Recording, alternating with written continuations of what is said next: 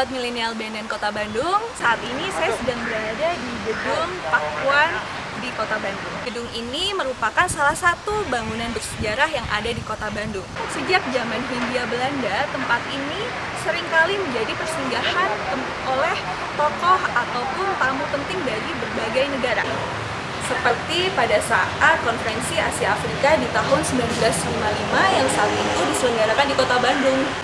Nah, saat ini kita sudah masuk ke dalam episode 17 Ngopi Sore bareng BNN Kota Bandung. Dan kali ini ada tamu yang sangat spesial, yaitu Ibu Gubernur kita ya, Ibu Gubernur Jawa Barat, yaitu Ibu Atalia Ridwan Kamil atau yang sering kita sebut si Cinta. Halo Sobat Milenial BNN Kota Bandung, bertemu lagi di acara Ngopi Sore di episode ke-17.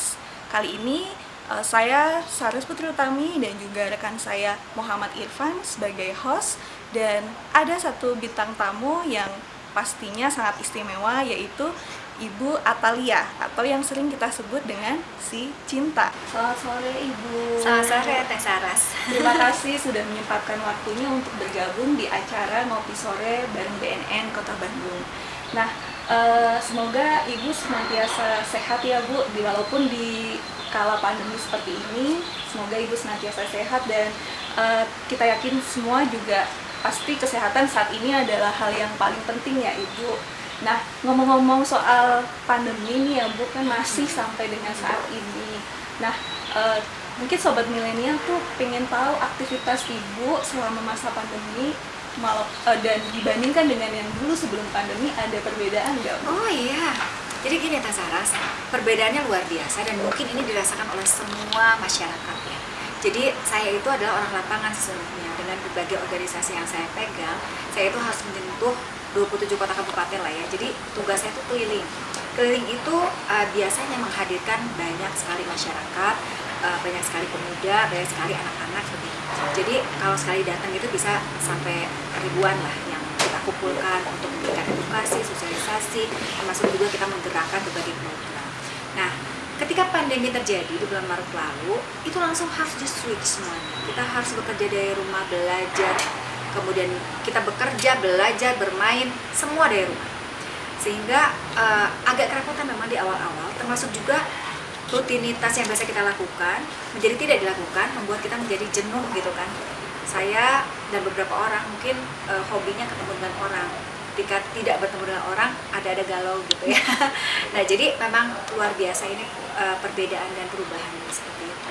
Jadi adaptasinya tuh lumayan agak struggle ya Bu untuk... Betul sekali, dan kita memang jadi harus mencoba mencari kegiatan lain yang baru, yang kreatif, yang membuat kita bisa tetap happy dimanapun. Nah, jadi untuk para generasi muda nih, para sobat milenial juga sama. Jadi momen-momen seperti ini pasti akan sangat berat. Mereka harus belajar di rumah. Mereka harus juga berinteraksi dengan teman-teman sangat terbatas. Jadi sekarang nggak bisa lagi ngopi-ngopi bareng gitu kan, nggak bisa lagi main olahraga bersama, misalnya mau sepak bola mau apa, itu sangat dibatasi. Nah, jadi saya kira dengan menemukan kecintaan baru terkait dengan sesuatu itu menjadi satu hal yang penting sekali di masa pandemi. Betul banget ya, jadi menemukan kecintaan baru ya di dalam masa hobi pandemi. baru lah Hobi gitu. baru. Mungkin selain itu ada tips lain lagi nggak Bu untuk bisa kita tetap happy di kala pandemi ini? Soalnya kan kalau di tagline kita yang baru ya Bu di BNN itu ada hidup 100%. Dimana hidup 100% itu adalah hidup yang sadar, sehat, produktif, dan juga bahagia. Keren banget itu. Ya. Mungkin ada tips lain Bu Ya, selain menemukan hobi? Jadi gini, kalau tips bahagia itu memang selalu harus ada pertama penerimaan dari kondisi yang ada. Jadi kita tidak melulu merasa bahwa kok gini amat sih hidupnya gitu. Selalu disyukuri. Karena apa? Selalu kita harus menyadari bahwa segala sesuatu itu ada hikmahnya. Selalu ada hikmahnya. Contoh, kenapa akhirnya kita seperti ini dan ternyata kita jadi sulit untuk keluar rumah dan sebagainya, ternyata di balik itu hikmahnya adalah kita bisa menjadi berkat dan keluarga, ya kan? Ayah, ibu, kemudian juga anak-anak yang biasanya sibuk semua, baru ketemu di malam hari, bahkan kadang-kadang tidak ketemu, tiba-tiba harus sekolah lagi dan lain-lain ya. Nah, jadi ada momen-momen tertentu yang harus kita syukuri. Banyak sekali juga sekarang anak-anak muda yang jadi lebih dekat dengan agama. Karena apa? Mereka jadi banyak mengembalikan diri kepada kedekatan dengan Tuhan. Atau juga mungkin tadi, termasuk anak-anak yang saya temukan, itu menemukan hobi baru, itu ternyata baru diketahui itu pada saat pandemi. Selama ini mereka sibuk dengan kegiatan sekolah, sibuk dengan kegiatan berorganisasi, bertemu dengan teman dan lain-lain. Sekarang mereka tidak menemukan sesungguhnya apa sih yang menjadi talenta mereka gitu. Jadi sekarang karena mereka banyak waktu di rumah, mereka coba gitu. Oh, yang tadinya nggak suka musik sekarang jadi suka musik. Karena mereka akhirnya nyoba-nyoba gitu kan. Terus kemudian mereka yang tadinya tidak suka bercocok tanam, tidak suka olahraga, semua dilakukan sekarang, mau tidak mau, karena supaya nggak mager juga mereka ya, jadi mau mencoba kegiatan-kegiatan. Nah, saya kira itu penting sekali. Dan saya kira kalau bagaimana caranya supaya kita tetap bahagia dan tetap produktif di masa pandemi ini adalah tadi menemukan sebuah kecintaan baru terkait dengan apa yang menjadi keseharian kita. Dan juga mungkin ada jadi satu quote ya Bu, jadi kita harus fokus dengan apa yang kita miliki sekarang gitu ya. Betul. Daripada kita memikirkan apa yang seharusnya gitu ya. Sebenarnya itu adalah salah satu juga tips untuk bahagia. Nah, terkait dengan COVID ya, sampai sekarang ini kan juga kita masih tetap di dalam masa pandemi ini Ibu. Nah, apa saja sih yang Ibu lakukan untuk menjaga keluarga Ibu agar terhindar dari bahaya COVID-19? Oh ya, gini deh, Kak Saras, kita harus percaya dengan apa yang dilakukan pemerintah. Jadi saya agak sedikit nyesek ke hati begitu ya, ke dada ketika ini ternyata masih banyak penolakan dari masyarakat. Penolakan itu seolah-olah bahwa pandemi ini adalah konspirasi pemerintah katanya gitu ya. Katanya apa ini pasti ada sesuatu, ada udang di balik batu begitu ya, atau ignorance. Jadi mereka merasa bahwa kita nggak akan kena kok gitu. Mereka merasa bahwa mereka bisa terbebas dari pandemi ini. Nah, sementara itu yang harus kita ketahui bahwa pandemi ini adalah semacam perang, tapi perangnya bukan melawan manusia gitu. Perangnya melawan sesuatu yang tidak terlihat. Justru ini lebih bahaya. Bagaimana kemudian kita berperang melawan sesuatu yang kita tidak tahu ada di mana. Nah, jadi penting sekali saya dengan keluarga, saya bersama dengan jejaring organisasi dan semua masyarakat saya begitu, untuk kita saling mengingatkan terkait dengan sebetulnya kalau dari pemerintah itu kan 3M aja lah dulu ya. Bagaimana kita harus menjaga jarak, kita menggunakan masker, mencuci tangan pakai sabun, itu aja lah dulu. Nah, sementara ini ketika saya keliling, karena kan saya fokus pada program-program mengedukasi masyarakat terkait dengan COVID-19 ini, itu banyak sekali mereka yang nggak pakai gitu. Dan saya kagetnya bahwa ini terjadi tidak saja di wilayah-wilayah terpencil, kalau di desa-desa itu masih banyak sekali. Tetapi ini bahkan di kota-kota gitu. Nah, sehingga saya merasa ini memang betul-betul harus menjadi program kita bersama untuk saling edukasi masyarakat. Jadi kuncinya saling mengingatkan juga ya, karena biasanya juga kita kalau dipikir-pikir anggap juga gitu ya pakai masker, tapi kan semuanya ini adalah demi kebaikan bersama gitu. Selain menjaga diri kita sendiri, juga menjaga orang-orang di sekeliling kita dengan cara 3M tadi, menjaga jarak, menggunakan masker, dan mencuci tangan dengan sabun. Sobat Milenial BNN Kota Bandung, sekarang kita masuk pada sesi pertanyaan yang menyangkut P4GN. Seperti biasa di acara Kopi Sore kita berbincang mengenai masalah pencegahan, pemberantasan, penyalahgunaan, peredaran narkoba. Ada beberapa hal yang bisa kita gali dari Ibu Asalin. Dari Ibu, mohon izin, di kala pandemi ini sebetulnya juga kenyataannya para pemakai narkoba tidak menghentikan kebiasaan. Bahkan beberapa waktu lalu ada beberapa public figure yang tertangkap karena dia mengisi waktu atau karena kurang job gitu ya, jadi dia mencoba-coba pakai narkoba gitu, kemudian jadi masalah hukum. Saya ingin Ibu sharing ke kita bagaimana sih caranya mengisi waktu untuk rekan-rekan yang ini kan sekarang banyak Bu yang terkena PHK, yang WFH gitu. Kemudian juga secara psikis itu berakibat langsung pada diri seseorang, sehingga pemakaian zat-zat seperti obat antidepresan itu mungkin secara signifikan ada peningkatan. Nah, ini saya sampaikan bagaimana sih Bu dari Ibu tipsnya bagaimana cara supaya kita tidak ibaratnya melamun lah gitu ya dalam mengisi waktu WFH gitu kan. Kalau WFH kan jelas ada tugas. Nah untuk yang bernasib kurang baik seperti misalnya terkena PHK gitu, itu bagaimana caranya supaya terhindar dari penyalahgunaan narkoba gitu. Memang ini yang harus kita dorong kepada keluarga sesungguhnya dari semenjak anak-anak kita masih kecil gitu, bahwa pendekatan kepada agama itu menjadi satu hal yang luar biasa. Karena kalau kita agamanya kuat, ketika ada satu masalah dan lain-lain, itu kita akan kembali kepada Tuhan gitu ya. Jadi bahwa seseorang itu selalu dalam pantauan yang maha kuasa, itu yang paling penting. Jadi ini mah buat sobat milenials nih, menurut saya ini yang paling penting. Karena satu masa tidak ada orang yang akan melihat kita. Satu masa orang tua kita tidak bisa memantau kita 24 jam. Tapi yang bisa memantau kita adalah diri kita sendiri, dan tentu saja karena kita tahu bahwa Tuhan memantau kita. Jadi itu. Jadi untuk menghindarinya itu. Dan yang kedua, bahwa ternyata pergaulan ya, Kang Irfan. Jadi mungkin Kang Irfan yang paling paham terkait dengan data. Tapi informasi yang saya dapatkan bahwa ternyata pertemananlah yang membuat mudahnya anak-anak muda atau individu mereka terkena kasus-kasus seperti ini. Tidak saja terkait dengan kasus narkoba, tapi juga yang lainnya ya.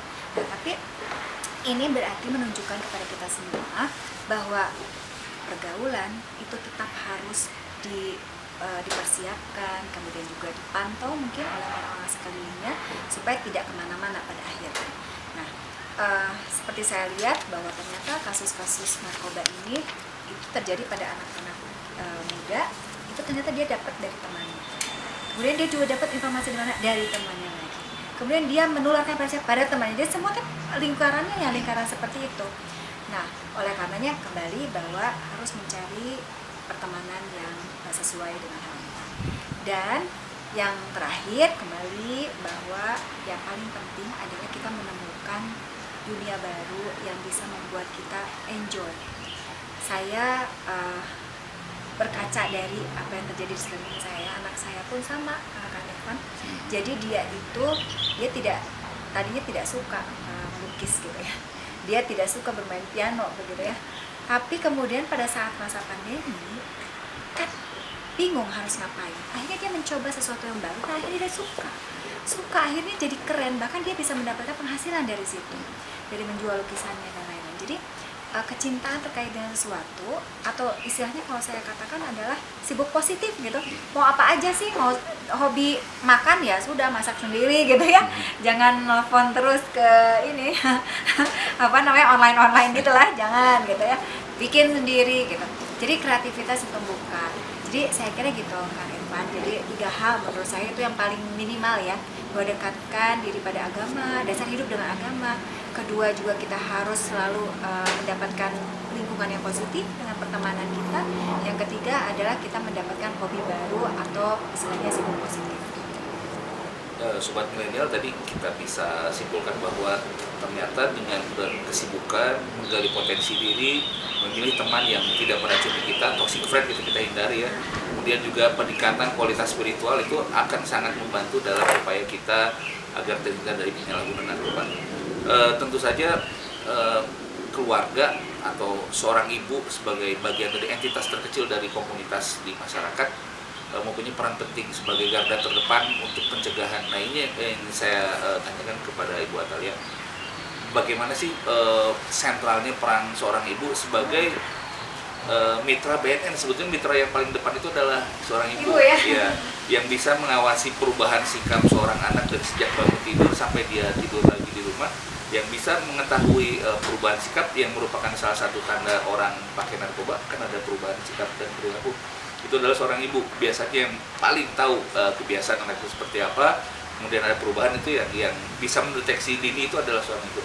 Dan saya ingin Bu Atalia berbagi bagaimana sih sebetulnya memaksimalkan peran ibu dalam kaitan pencegahan penyalahgunaan narkoba di lingkungan keluarga. Ya.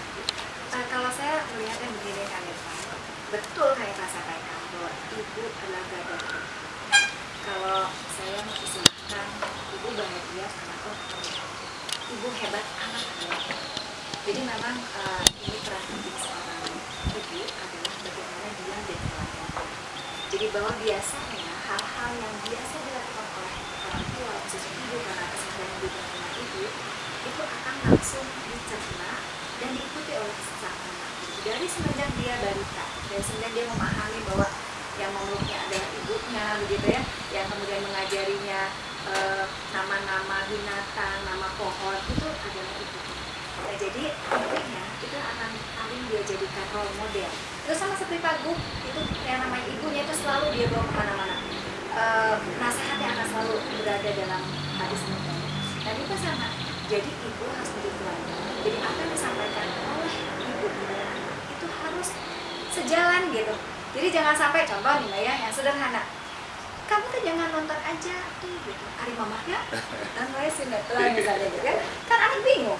Nah, itu terkait satu hal. Terkait dengan kejujuran misalnya. Ada tamu bilang ibu nggak ada. Itu adalah tidak jujur sesungguhnya.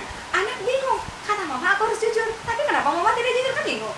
Nah, hal-hal kecil ini kadang-kadang tidak terperhatikan. Jadi bahwa ibu sebagai role model keluarga itu harus muncul di mana-mana. Nah, yang kedua adalah bahwa betul kami sampaikan, ibu adalah yang paling memahami anak dari semenjak dia lahir. Dari perubahan sikap, perubahan karakter, perilaku dan lain sebagainya, ibu adalah yang paling duluan melihat dan memperhatikan. Nah, oleh karena dengan segala kesibukan menjadi ibu rumah tangga, menjadi seorang ibu yang bekerja mungkin begitu dengan berbagai kegiatan organisasi dan lain-lain, tidak boleh bahwa anak itu kemudian tidak dipedulikan. Jadi tugas seorang ibu itu adalah bagaimana memantau perkembangan anak-anak secara maksimal. Dari mulai bangun tidur sampai tidur lagi begitu, dia harus memantau. Meskipun ini pasti pada gelisah, Bu Cinta gimana, masuk kita dipantau terus sama mama? Enggak gitu. Satu masa kalian akan mandiri, tapi tetap tahu bahwa apa yang ditanamkan oleh orang tua kalian, oleh ibu kalian itu akan terus ada. Jadi hal-hal seperti ini Kak Irfan, karena begini, saya sampai usia seperti saat ini, saya selalu mengingat pesan dari orang tua saya. Saya selalu mengingat dari pesan ibu saya begitu, bahwa misalnya hati-hati kalau di pernikahan itu jangan begini ya. Hati-hati dalam pergaulan. Ini dari semenjak saya remaja nih buat anak-anak muda. Contoh yang simpel aja, jangan mau dipegang laki-laki, rugi gitu ya. Sampai sekarang ya begitu tuh loh gitu ya. Jadi termasuk di narkoba. Karena gini, sekali kita coba sesuatu yang sesungguhnya kita tidak boleh melakukannya, itu akan sulit sekali lepas dari hal tersebut. Oleh karenanya, siapa yang bisa menanamkan itu dari rumah gitu ya? Yaitu orang tua. Kemudian orang tua juga bisa memberikan bekal kepada anak-anak tadi ya, dari segi nama, kemudian juga memberikan pemahaman kepada anak untuk terus memantau anak-anak berada di lingkungan yang tepat. Karena kan orang tua nih yang ketemu dengan, misalnya anak atau siapa gitu ya datang ke rumah berkunjung kepada anak kita tahu oh siapa nih gitu, sekolah di mana, apa kegiatan, itu kan seperti itu. Terus siapa itu titipin aja. Bahkan gini, kadang-kadang seperti mama saya kalau ngobrol dulu zaman saya remaja itu, mama ikut nimbrung. Jadi tidak dalam seluruh waktu menimbrung, nggak, cuma ikut ngobrol. Jadi ini siapa nih gitu. Jadi mama dekat dengan teman anak-anak. Mama tahu siapa anak-anak kita berteman, dengan siapa anak-anak kita berteman, bergaul. Terus anak-anak juga nyaman. Jadi saya dan teman-teman ini kadang-kadang kalau kumpul, bahkan mama, masih nih mbak, pada curhatnya ke mama gitu ya. Ma ini gimana nih, aduh putus cinta nih, apa sih, ngobrol sama mama, membuat kita nyaman. Sama, itu juga jadi peran seorang ibu, sehingga kita tahu siapa teman-teman anak-anak kita. Nah dari setelah itu juga kemudian setelah kita tanamkan semuanya kepada anak-anak kita berikan batasan-batasan, insya Allah dia akan dilepas juga, dia akan menjaga diri kita sendiri tanpa perlu selalu diperhatikan. Nah Ibu, sebelum kita tutup nih di acara Ngopi Sore kali ini, mungkin ada pesan-pesan untuk Sobat Milenial BNN, apa saja yang bisa kita lakukan untuk kita bisa punya hidup 100% yang sadar, sehat, produktif, dan juga bahagia tanpa narkoba. Iya. Kalau saya merangkum semuanya lebih kepada stay positif aja di mana. Yakin bahwa semua yang kita lakukan itu adalah atas kehendaknya begitu, dan kita juga harus tahu apa yang harus kita lakukan secara positif. Terakhir saja dari saya adalah pantun. Karena tadi kita udah panjang banget ya ngobrolnya ya. Ke Pulau Sumba membeli jeruk kalua. Asik. Daripada dekati narkoba, lebih baik dekati calon mertua. Terima kasih. Terima kasih, Bu. Hidup 100%, sadar, sehat, produktif, dan bahagia.